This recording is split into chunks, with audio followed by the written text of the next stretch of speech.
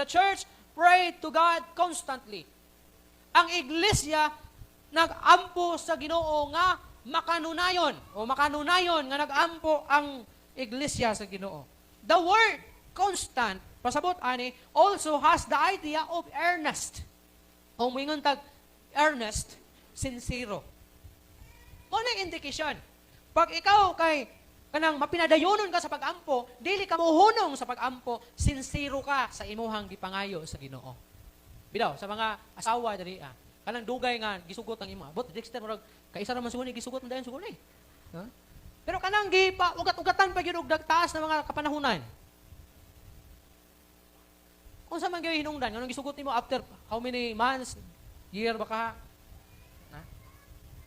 Tungod ani. Pag siguro imong na-realize nga dugay man kaayo wa gid mohunong.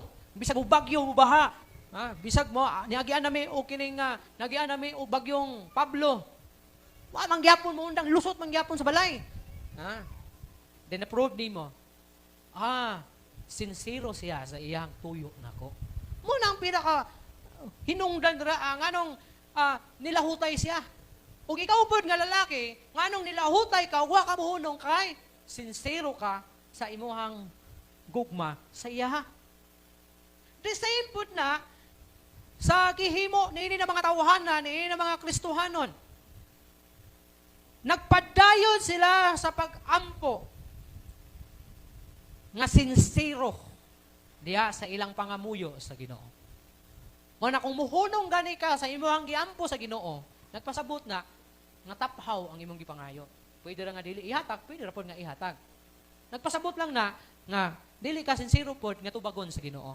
Nagpasabot lang na nga maduha-duhaon ka. Kanga kuana murag isa ka semana naman kung ina po ani murag wala man din haso kung padayag ampo ani. Pagkatalawan nimo, pagka nimo pagka gamay sa imong pailog. Ang uban gani mag-ampo sa Ginoo pila ka tuig pa. Una ihatag. Si Hana, every year moadto siya sa templo, every time sa kini pangilin sa pagsaylo.